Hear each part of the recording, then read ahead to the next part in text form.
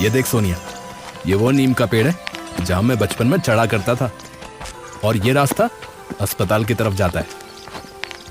गौरव बहुत सालों बाद आज अपने गांव आया था। उसकी गर्लफ्रेंड सोनिया उसके साथ थी और दोनों एक दूसरे का हाथ पकड़े घर की ओर बढ़ रहे थे। बहुत सुंदर है तुम्हारा गांव।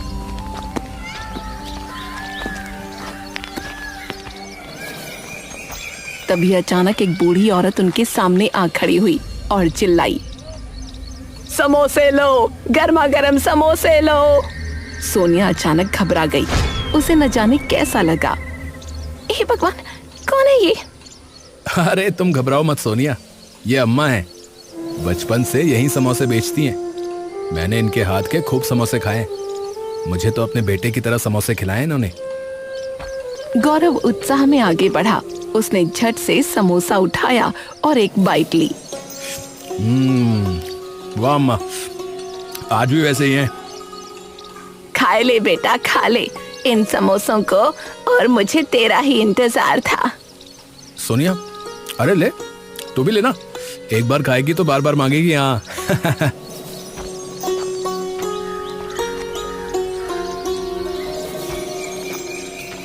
सोनिया ने हिचकिचाते हुए एक छोटा सा टुकड़ा चखा। उसका चेहरा खिल उठा। ये सच में बहुत अच्छे हैं। तभी दूर से तेज कदमों की आहट हुई। गौरव के माँ बाप राकेश और ममता तेजी से आ रहे थे। अरे तुम यहाँ खड़े खड़े क्या कर रहे हो भाई? हैं? हम कब से तुम्हारा इंतजार कर रहे हैं। सीधे घर नहीं आ सकते थे? गौरव बेटा, ये सोनिया है ना? जी मम्मी जी, प्रणाम। ये सोनिया है और हम बस समोसे खाने लगे थे। गौरव ने हंसते हुए सारी बात समझाई। राकेश और ममता मिले। चलो सोनिया, चलते हैं, पहले घर चलें। सब आगे बढ़ने ही वाले थे कि अचानक समोसे वाली बुढ़िया ने और उसके कान में कहा, इससे बचकर रहना। गौरव ठिठक गया। एक बार मुड़कर उसने बुढ़िया की तरफ देखा, पर उसकी आंखों में कोई जवाब नहीं था। वो कुछ नहीं समझ पाया। बुढ़िया आगे बढ़ गई। चलो बेटा चलो, देर हो रही है। जी जी। बिना कुछ और सोचे गौरव सोनिया और अपने माँ बाप के साथ आगे बढ़ गया। आओ बेटा आओ, स्वागत है तुम लोगों का। जी मम्मी जी, बहुत शुक्रिया। सब अंदर आए।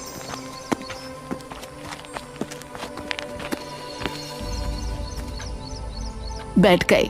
चाय और नाश्ता हुआ। बेटा, शहर में सब ठीक तो है ना? अरे सब ठीक है पापा, बस आप लोग याद आते थे। हमें भी तेरी याद आती है। तेरे बिना घर सूना सूना लगता है।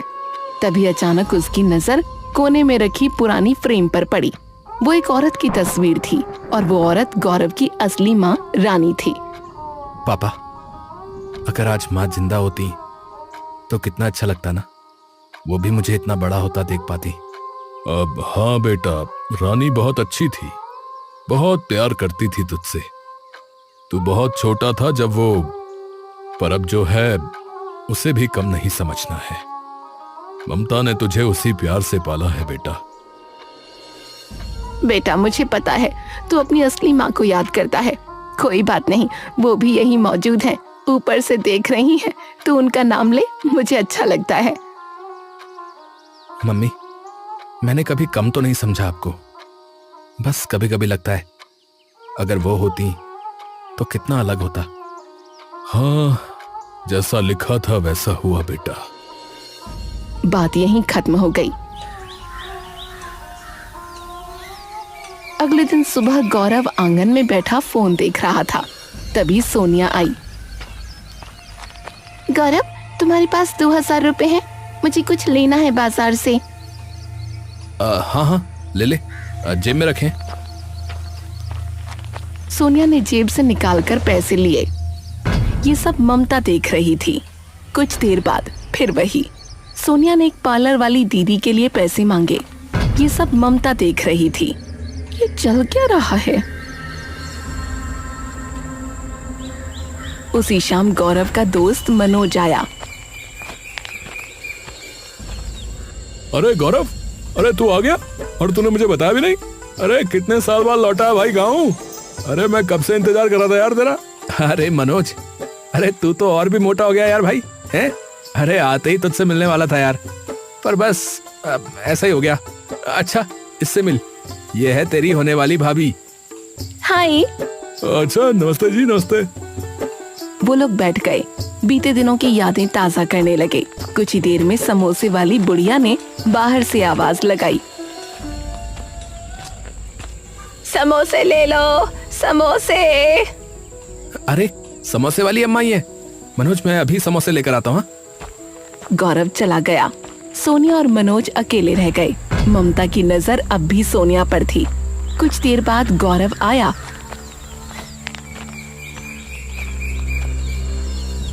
और समोसे खाए गए। फिर मनोज चला गया। अगले दिन मौका पाकर ममता ने गौरव से कहा, गौरव जरा बात करनी है। बोलिए मम्मी। देख बेटा, सोनिया बहुत अच्छी लड़की लग रही है, पर मुझे कुछ कमियां दिख रही हैं। बस सोचा तुझे बता दूं। कैसी कमियां? पहली बात तो ये कि ये तुमसे पैसे मांगती ही रहती है। ऐसा लगता है जैसे तुम्हारे पैसों के पीछे हो।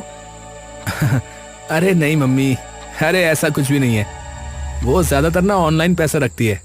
यहाँ गांव में नेटवर्क ठीक नहीं है ना, इसलिए मुझसे ले लेती है।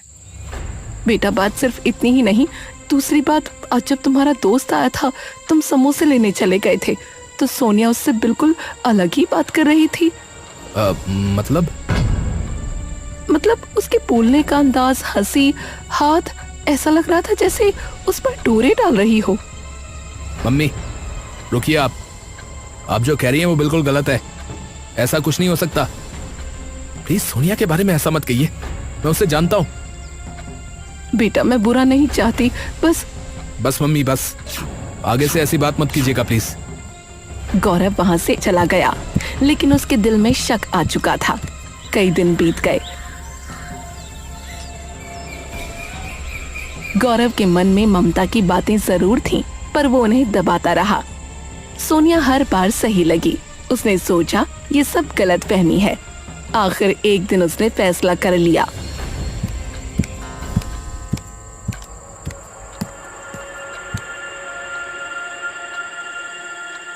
मम्मी पापा, मुझे आपसे कुछ ना कहना है। हाँ बोल बेटा। मैंने सोच लिया है, मुझे सोनिया से शादी करनी है। ममता और राकेश ने एक दूसरे की तरफ देखा। थोड़ी देर का सन्नाटा। बेटा पक्का फैसला है? मैं उसके बिना नहीं रह सकता माँ। ठीक है, तो फिर उसके माँ बाप को बुलवा लो, बात करते हैं। पापा वो बात यह है कि सोनिया के घर वाले ना राजी नहीं है, तो वो ना ये शादी नहीं चाहते। तो फिर हमें ना बिना उनके ही करनी पड़ेगी। शादी के बाद वैसे भी वो मान जाएंगे। अच्छा भाई, जैसी तुम्हारी मर्जी, जैसा तुम्हें ठीक लगे करो बेटा। शादी की तैयारियां शुरू हुई। घर में रौनक आ गई। पर एक रात राकेश ने गौरव को अपने कमरे में बुलाया। ममता भी थी। बेटा एक बहुत जरूरी बात है। क्या हुआ पापा? देखो बेटा, हमें ना सोनिया पर पूरा भरोसा नहीं है। मैं साफ साफ कह रहा हूँ। अरे पर क्यों, ऐसा क्यों कह रहे हो आप? सुनो बेटा, ये घर, जमीन, फैक्ट्री, जो कुछ भी है सब तुम्हारे नाम पर है। अगर ये लड़की सच में सही नहीं निकली और कोई केस बना दिया तो बेटा सब कुछ चला जाएगा। हमारे देश का कानून ही ऐसा हो गया है आजकल। मैंने खबरों में देखा है, लड़कियां तलाक लेकर लड़के की सारी जायदाद हड़प कर ले जाती हैं। बेटा बस एहतियात है, तेरे भले के लिए कह रही हैं। आप लोग सही कह रहे हैं, तो क्या करना चाहिए? देखो बेटा, सब कुछ तुम फिर से मेरे नाम पर कर दो, फिर कोई भी तुम्हारा कुछ नहीं ले जा सकता। ठीक है, जैसी आपकी मर्जी, मैं तैयार हूं।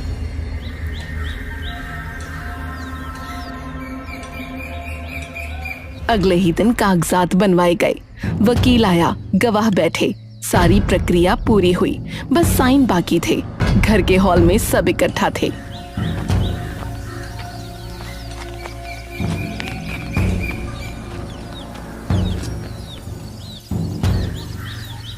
समोसे, गर्मा गर्म समोसे ले लो बेटा, मेरे समोसे। देखते ही देखते वही बुढ़िया हॉल में आ खड़ी हुई। अरे अम्मा, अरे तुम कहाँ से आ गई? अरे लाओ लाओ समोसे दो। ले बेटा ले, तू तो मेरे समोसे खाने आता ही नहीं है। भूल गया क्या अम्मा को? अरे नहीं नहीं अम्मा, अरे आपको भला कैसे भूल सकता हूँ। गौरव समोसे लेने लगा।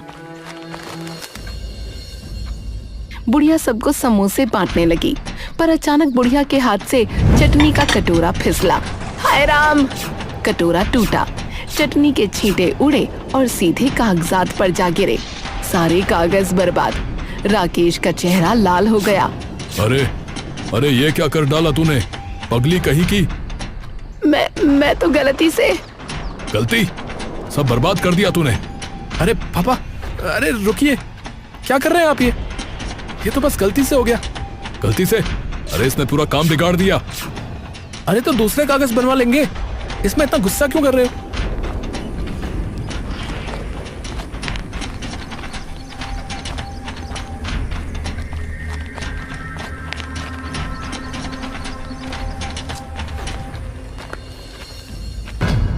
हॉल में बस गौरव और वो बुढ़िया रह गए। क्या हो रहा था यहाँ बेटा? इतने सारे कागज, इतना गुस्सा। अरे कुछ नहीं अम्मा, जरूरी काम था, अब दोबारा करेंगे। दरअसल सारी जायदाद मेरे नाम है, वो पापा के नाम कर रहे थे। अच्छा, पर सब कुछ तुम्हारे नाम क्यों है? वैसे तो सब कुछ बाप के नाम होता है। ये कैसा खेल है? बाप राकेश है या तुम? गौरव ठिठक गया। ये सवाल उसने कभी पूछा नहीं था। वो बुढ़िया की तरफ देखता रहा। ये तो मैंने कभी सोचा ही नहीं। बुढ़िया अपना पिटारा लेकर चली गई।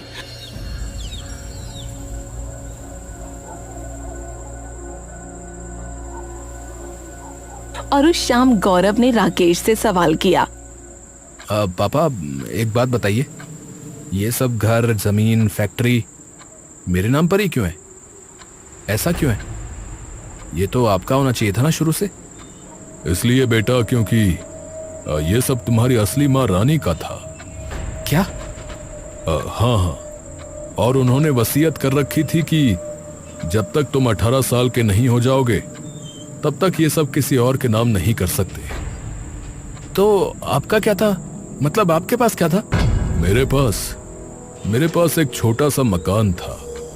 वो भी मैंने बेच दिया था क्योंकि मैं तुम्हारी माँ के साथ यहाँ रहने लगा था। हम दोनों बचपन के दोस्त थे, प्यार भी बहुत था। ये सब आपने मुझे पहले क्यों नहीं बताया? अरे अब बता रहा हूं ना, हर चीज का एक समय होता है। ठीक है, फिर से कागज बनवाते हैं, सब आपके नाम कर दूंगा।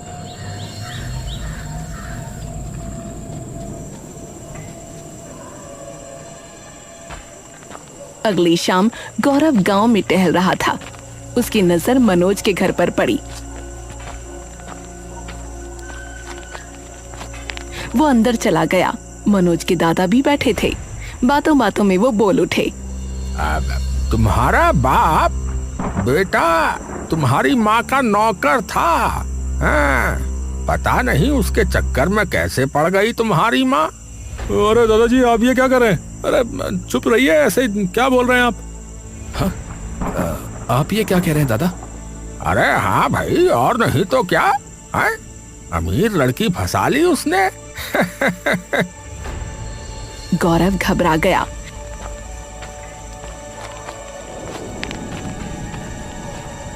पर जैसे ही वो घर पहुंचा, अंदर चीख पुकार मची हुई थी। ममता रो रही थी, राकेश परेशान घूम रहे थे। हाँ, अरे क्या हुआ? यहाँ इतना हल्ला गुल्ला क्यों हो रहा है? बेटा, सारे गहने चोरी हो गए, अलमारी खुली पड़ी है और तुम्हारी सोनिया गायब है, उसका सामान भी नहीं है। गौरव ने सर पकड़ लिया। उसने पूरे घर में सोनिया को ढूंढा, कहीं नहीं थी वो। फोन बंद, सामान गायब। नहीं नहीं, ऐसा नहीं हो सकता, वो ऐसी नहीं थी। वो उसकी आवाज टूट गई। सोनिया सच में चली गई थी, साथ ले गई थी ममता और रानी के सारे गहने।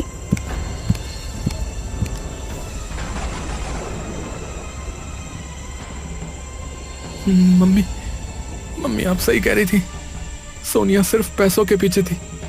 यहाँ तक कि समोसे वाली बुढ़िया ने भी मुझे पहले एक दिन इशारा किया था। मैं ही नहीं समझा। मुझसे बहुत बड़ी गलती हो गई। आज से कसम खाता हूँ, कभी किसी लड़की को बिना देखे परखे नहीं लाऊंगा और शादी से पहले सब कुछ पिताजी के नाम कर दूंगा, वरना कोई ना कोई मुझे ही लूट लेगा।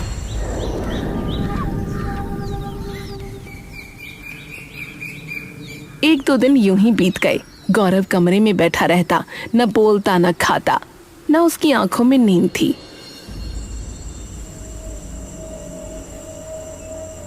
एक रात गौरव बेचैन था। वो उठा और घर में टहलने लगा।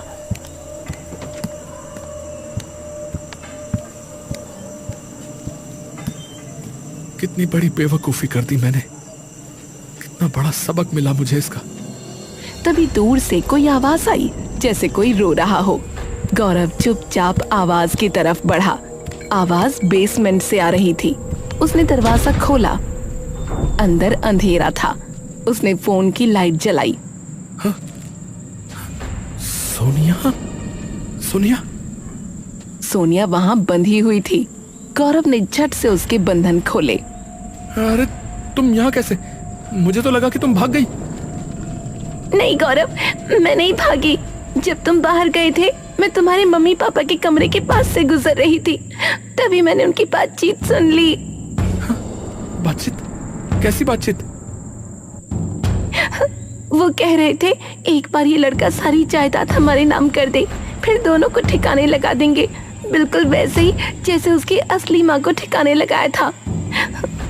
गौरव के पैरों तले जमीन खिसक गई। ये क्या बोल रही हो तुम? मैं वहाँ से भागने ही वाली थी, उन्होंने मुझे देख लिया। दोनों ने मुझे पकड़ा और यहाँ बंद कर दिया। गौरव का खून खौल उठा। वो सीधा हॉल में आया। तभी सामने राकेश खड़े थे, मानो इंतजार ही कर रहे थे।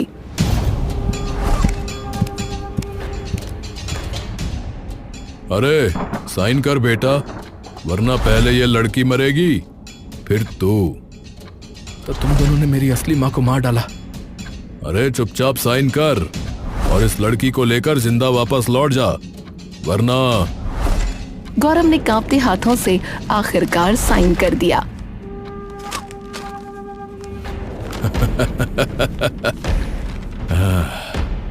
बस अब सब मेरा है, सब मेरा। तभी मनोज, समोसे वाली बुढ़िया और 3 पुलिस वाले अंदर आ गए।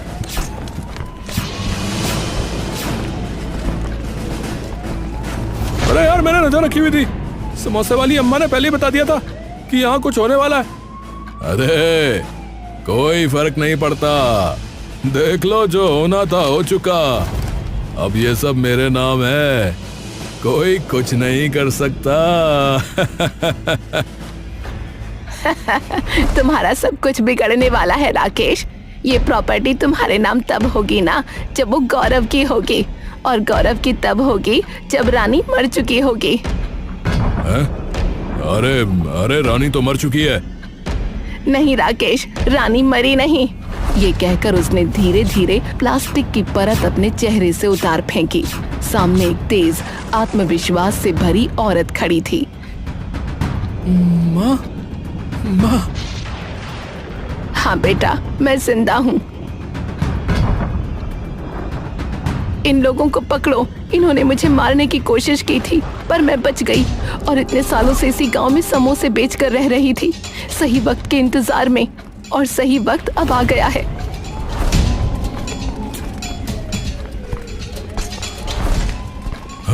अरे अरे ये क्या हो रहा है? अरे छोड़ो मुझे। अरे ये सब मेरा है, ये सब मेरा है। हाँ ये मेरा है। मैंने बहुत समय से प्लानिंग की है, मैं इसे ऐसे नहीं छोड़ सकता। ये सब मेरा है। सिर्फ तुम्हारा नहीं, हमारा है। हमारा हमारा हमारा। अरे अब चल, अब थाने में बताएंगे तन्ने कि क्या है तेरा। ये डंडा भी तेरा ही लग रहा है मन्ने। पुलिस राकेश और ममता को ले गई।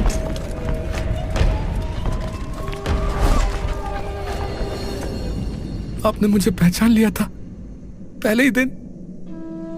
हाँ बेटा, मैंने तुझे पहले ही दिन कहा था इससे बचकर रहना।